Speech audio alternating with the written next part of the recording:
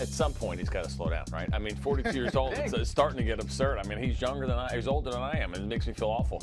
But listen, this is a good signing. It's a good fit for exactly what they need, some veteran presence. But a guy who does not appear to be slowing down. You talk about the home run numbers last year, doing it in that division. I think that gives you the confidence that he can come back and do it again. It's a great deal on a one-year deal. I'm Matt Waymeyer with the MLB.com FastCast. The Angels are reportedly close to a one-year deal with 41-year-old designated hitter Raul Ibanez, pending a physical. The ageless slugger belted 29 home runs with a .242 average and 65 RBIs with Seattle in 2013. According to a source, the Padres and free agent reliever Joaquin Benoit have reached an agreement on a 2-year deal worth $15.5 million. Benoit spent 3 seasons with the Tigers, compiling a 2.89 ERA over 205 games. MLB.com's Marlon Anderson feels it's a great pickup for the Padres. I love his numbers. I love this for a team like San Diego. You know, they want to compete, and if you're going to compete in any league, you got to have pitchers, especially at the back end of your bullpen. He's a guy that, you know, can come in and he can, you know, he's okay being the setup man, but it doesn't seem like setup money to me, but he's okay with being the setup man. I think it's good for San Diego. After seeing Brian McCann leave via free agency, the Braves have acquired some catching depth in a trade with the Twins. They landed Ryan Domit from Minnesota in exchange for a left-handed pitching prospect, Sean Gilmartin. The 32-year-old catcher batted .247 with 14 homers in 538 plate appearances with the Twins.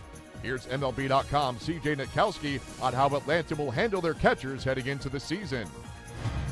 What you see here could end up being a 3-catcher situation. I think when you have a guy like him, a guy like Gaddis, and a guy like Laird, who's the best defensively of the group, Gerald Laird, especially when it comes to throwing, he does a good job, underrated on how well he throws out runners. Tells me they're probably going to go ahead and carry 3 catchers, and every once in a while we're going to see Gaddis in left field, which was a little bit of an adventure in the postseason last year, as we saw. Not his strength. You can kind of hope nobody hits the ball to him, but they like his bat, and that's the position the Braves are in right now. The Cubs have reportedly agreed to a 1-year deal with right-handed reliever Jose Veras, pending a physical. The 33-year-old, who split time with the Astros and Detroit, has a career 3.84 ERA and set a career high with 21 saves in 25 opportunities last season.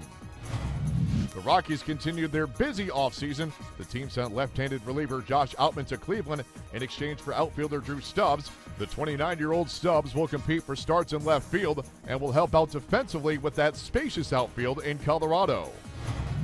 When you first see this trade, you're wondering, are they having second guesses about having Cargo in center? They say no, he's still going to be their opening day and every day center fielder. Thought maybe they'd want to have him in the corner because you are going to need that defense. We've talked about this a lot. It's a big outfield there, and you need guys that can cover ground. He certainly can do that.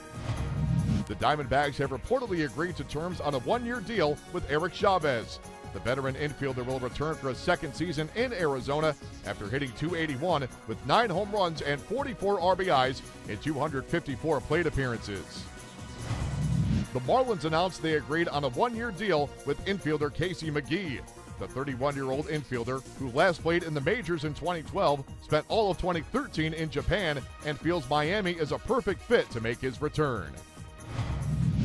And the whole time, kind of in the back of my mind, I was looking at it and hoping that the Marlins would show some interest, because it looked like a situation that I felt like was going to be good for both sides. And you know, once they showed some interest, it was a pretty easy decision for me. For more on these stories, as well as to check out how the Houston Astros spread some holiday cheer at Ronald McDonald House in Houston, stay locked into MLB.com. It's baseball everywhere.